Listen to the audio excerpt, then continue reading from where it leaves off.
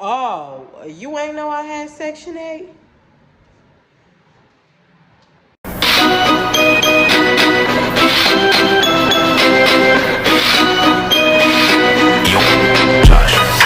ready, don't better, really better, don't better, really better, don't better, really better, don't better, really better, don't better, don't better, don't better, really better, don't better. So what's up, YouTube? So a lot of people been asking me like, why did you move to South Dakota? Why this? Why that? How did you do that? How did you do this? How did you do that? I'm gonna break it down to you. So I moved back to South Dakota because I got Section 8. This is not my first time having Section 8. This is actually my second time having Section 8.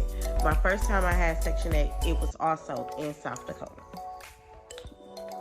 So I'm gonna let y'all in on something. If y'all want Section 8 and y'all wanna be like get it within a couple of years, South Dakota is the place to apply for Section 8. No doubt about it that you're gonna get it. As long as your income is not too high, you will get approved for Section 8 in South Dakota. You will come up on the waiting list extremely fast. Like, I applied this second time around. I applied for Section 8 when my youngest was 1 year old, and I applied right before he turned one, and no, actually it was after he turned one because I applied in no. I don't know. It was either right after he turned one or right before he turned one.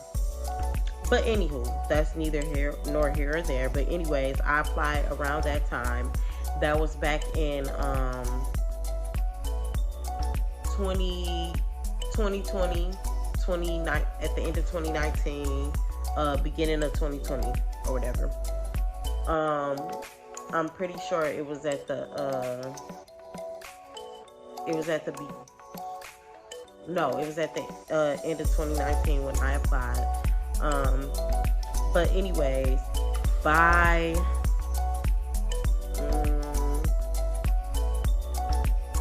because 2022, I believe it was 2022 April of no, it was not 2022. April of yes, actually it was 2022. April of 2022. I had called and I asked them like, did my name, come up on the waiting list? And they was like, oh yeah, your name did come up, blah blah blah blah. They was finna pass me up because they had no way to contact me, so they was just finna, give it away or whatever. And I told her, I'm like, is there a way like I could still like. But yeah, I believe it was back in because I've been living in this place since August of 2023. I moved in my other place that I lived in before this, July of 2022. So yeah, it was in 2022 when I called them and they told me like, yeah, you got your Section 8 or whatever. And I had to fill out paperwork and send it back. And at this time, I was a pharmacy technician working at a pharmacy or whatever. When you do get approved, or not even approved, when your name does come up on the waiting list, they do go off the income that you're already making. But if you tell them like, when I get there, I'm either gonna be looking for another job, or whatever your circumstances are gonna be. When you look for a job, do not look for a job that is like over income.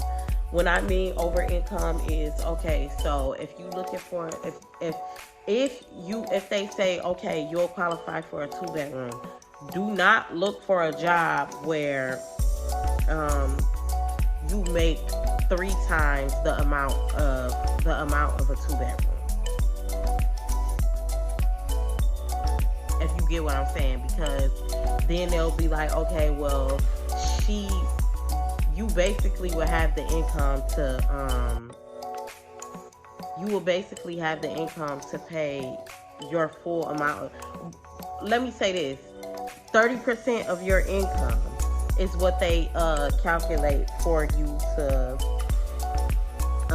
for the amount of rent that you would have to pay. If 30% of your income covers the full amount of a 2-bedroom, what's the point? There's no point in them giving you Section 8 or whatever. So,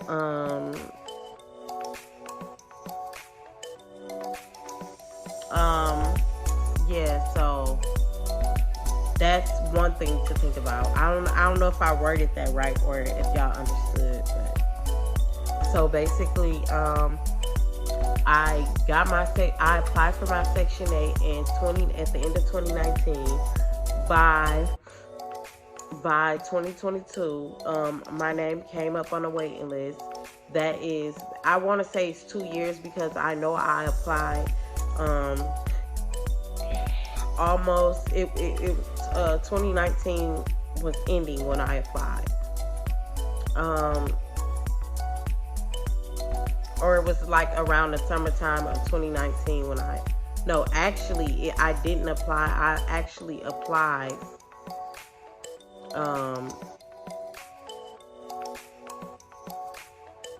I actually applied in 2019, 2020. I don't remember like exactly what year it was, but I know it was either 2019 or 2020. It doesn't matter. That's still a short period of time to be on the waiting list and then for my name to come up on the waiting list or whatever. But anyways, if you are a mother and you have children, I strongly encourage you to apply because that brings your name up to the top of the list because you have minor children. If you have a disability or receive SSI, I encourage you to apply because that's another thing that can get your name to the top of the list.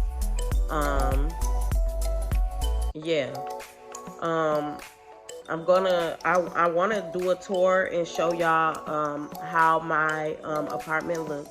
I do live in an apartment. This is an apartment building I live in, but I have it's like a townhome type of apartment. I live in an apartment building. I live on the 3rd floor, but my apartment has 2 levels. It has 3 bedrooms downstairs, a bedroom upstairs, and it has 2 full bathrooms. My living room and my kitchen is also upstairs with my room, and then I have a bathroom, and then my kids' 3 rooms are downstairs, and they have a bathroom downstairs. It does have a laundry area too, as well, but I don't have a washer and dryer. I did when I first moved in, but I kind of switched up or whatever. But I'll give y'all a tour on that, a tour of my apartment in another video. That's a whole nother video. But the rent here in South Dakota is not high at all. I think the rent for this apartment, if you were thinking to just move to South Dakota without Section 8, that would be good too because the rent here is not high. I have a 4-bedroom, 2 full baths, and I think the regular rent without my Section 8 is $11.96 a month. And I live downtown, and for it to be 4 bedrooms, that's really cheap for rent. But South Dakota does have some really, really, really nice places or whatever. So when you're in any state, if you're looking to apply for Section 8, that's one of the things that you do need to look into. How does their Section 8 housing actually look? Look up apartments that accept Section 8 or housing that accepts Section 8. See how that looks. Because you don't want to go nowhere where you know, that they accept Section 8, but the houses is ran down, like. Or make sure that it's easy, whichever state that you're going to, not only about them accepting Section 8, but see how basically what I'm trying to say is there are multiple places there that accept Section 8, like apartments, houses, trailer homes, wherever you're planning on moving or whatever. Make sure that there is a good amount of places there that is actually accepting Section 8. So firstly, what you want to do is apply. Secondly, what you want to do is make sure you always have your address updated on your application. So that means that when you move, you need to call in to change your address on your application to let them know where your new address is. Because if you come up on a waiting list, not everybody is like me, or think to call. If you come up on a waiting list, they might just you might miss out on your housing because you didn't have an address or anything where they can contact you to let you know, like, your name came up on the waiting list. 9 times out of 10, they are not going to call you because they had my number. I've had this same number for years. If you come up on the waiting list, they are not going to call you to let you know you came up on the waiting list. You need to make sure you have that address updated so you can get the paperwork stating that you came up on the waiting list. Thirdly, they're going to send you paperwork and everything. Make sure you fill everything out correctly and as quickly as possible, because they only give you a certain amount of time to fill all the paperwork out and send it back. And the fourth and last thing that I want to tell y'all to be aware of is that once you receive your Section 8, you can in fact port out your Section 8, but that's only after a year. You have to be living in South Dakota, Sioux Falls for a year, and then you can port out your Section 8. There's no way around that. It doesn't matter how long you've been on the waiting list or anything of that. You have to live here for a year, and then you can port out your Section 8. Some other things that I want to let y'all in on. Okay, so once you get accepted for your Section 8 and you are looking for a place, make sure you're looking for a place that you will be comfortable in for that. If you're planning on porting your Section 8 out in a year, please make sure you look for a place that you will be comfortable in for that year. Please. And then another thing that I strongly encourage you guys to do is please look at reviews and all that, everything on that place before you move in, especially if it's an apartment. The last apartment that I lived in before I moved over here was horrible. It wasn't even so much of the apartment. I love the way the apartment looked. It was just the people that lived over there. Like, a lot of places that accept Section 8, normally they're kind of like project living. South Dakota does have some good areas over here that accept Section 8. It's not like that. South Dakota really doesn't have like what would you say, a hood or something like that. It don't have that. It's just like they don't have like many shootings here. Like, their crime rate is really low. Only thing you will really have to worry about is like getting somebody going in your car. They might take stuff out of your car. When I lived at the apartment that I lived in before this, people were stealing my packages, but they didn't start stealing packages until around Christmas time, because I'm guessing if any packages coming, they're either Christmas gifts or something of the sort like that. So yeah, people started stealing my packages and stuff like that. And then the kids that were over there, my son was being bullied by a little boy that lived over there. You could tell that the little boy had been there for a while. This wasn't like a little boy that just moved there. He had been there for a while. He also went to the same school as myself. And that's another thing. Look into before you move somewhere, if you have children, please look into the schools. Don't just move somewhere and then throw your kid in the school. Let me tell y'all something. Some of these schools here is not good. And it has nothing, it does a little bit have something to do with the children. I mean, the teachers, but the children be off the chain. Like, a lot of children, these times and days, growing up, no, South Dakota is not a really bad place to live, but you still have to think about some of the things that you might have to deal with living here. It's quiet here and all that, but I still have to deal with like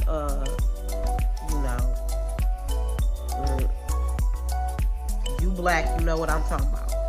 I still have to deal with that, people weird looks and stuff like that. Excuse me. My daughter has dealt with people saying the N-word. She has dealt with that. My son was being bullied, but it was by another kid of the same race. That I don't understand. Well, I kind of do understand because, you know, some kids do.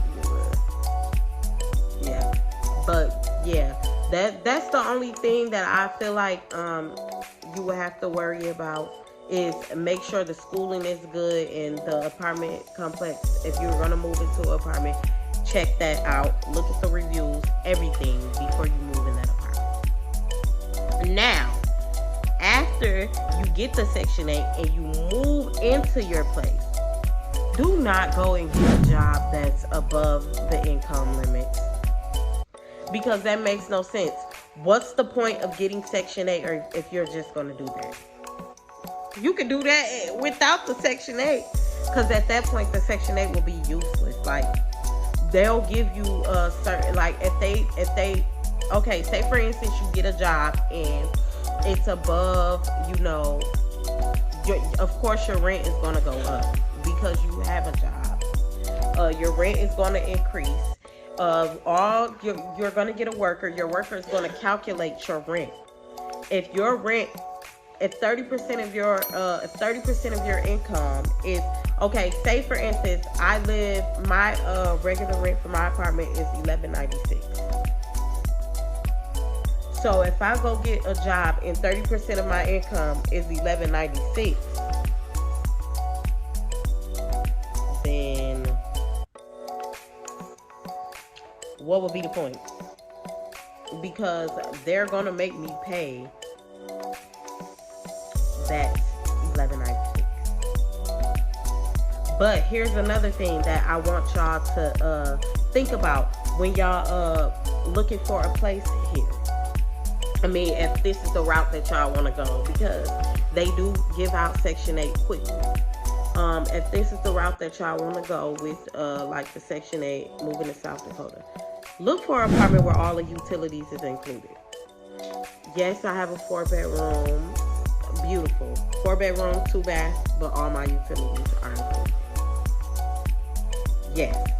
All my utilities are included. Every place that I have lived in here, I made sure my utilities were included. That's less of a worry.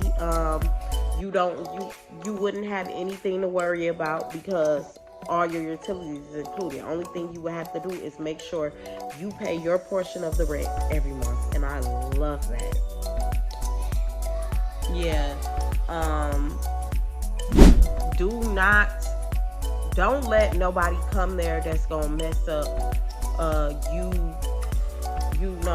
having your Section 8. Like, a lot of people say stuff and like try to talk down on people that got Section 8, but since I've had Section 8, I've been doing fine. Like, if I get a job and I lose my job tomorrow, I'm still gonna have my Section 8.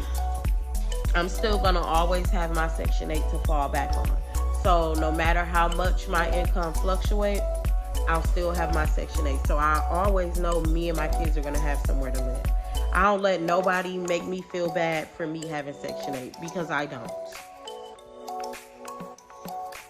And until my kids turn 18, all of them, this is something, having Section 8 is something that I will never feel bad about. Because I know my kids will always have somewhere to live. But like I said, South Dakota is one of the states that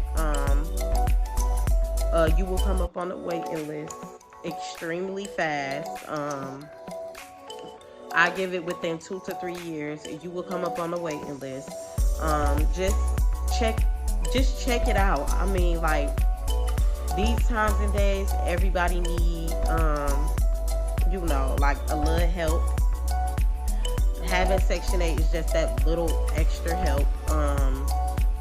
Yeah, so if I were y'all, I would check it out. Get on that waiting list. And no, you do not have to live in the state of South Dakota. You can call in and have them mail you an application. I would do that. I wouldn't be worried about coming here, living here. Only thing that I would be worried about is if you live in a warmer climate, it snows here. This winter has actually been smooth. I don't know what's going on, but yeah, that's the only thing you would have to worry about. It does get cold here. The crime rate, not very high. So you ain't gotta worry about, oh, if I go outside, is somebody gonna do this, knock my head off, blah, blah, blah, blah. You don't have to worry about that. One thing I will say is watch your children. Because there is a lot of sexual predators. And another thing I want to inform y'all, this is a second chance state. So you have felonies, anything like that, you can definitely come here.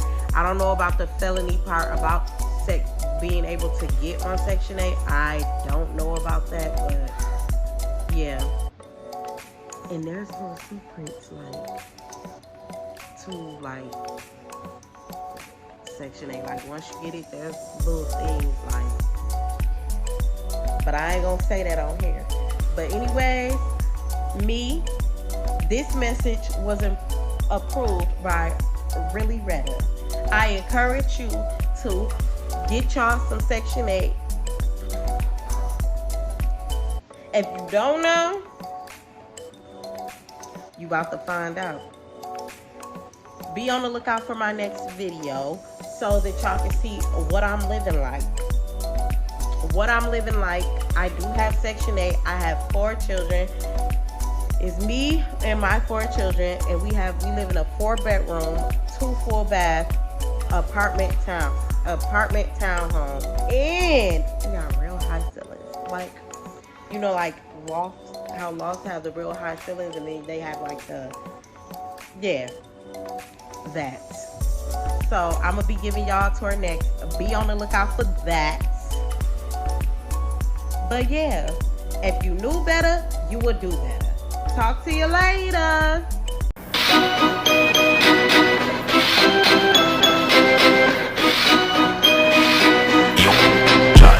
You're ready, don't read us, really read us, don't read us, really read us.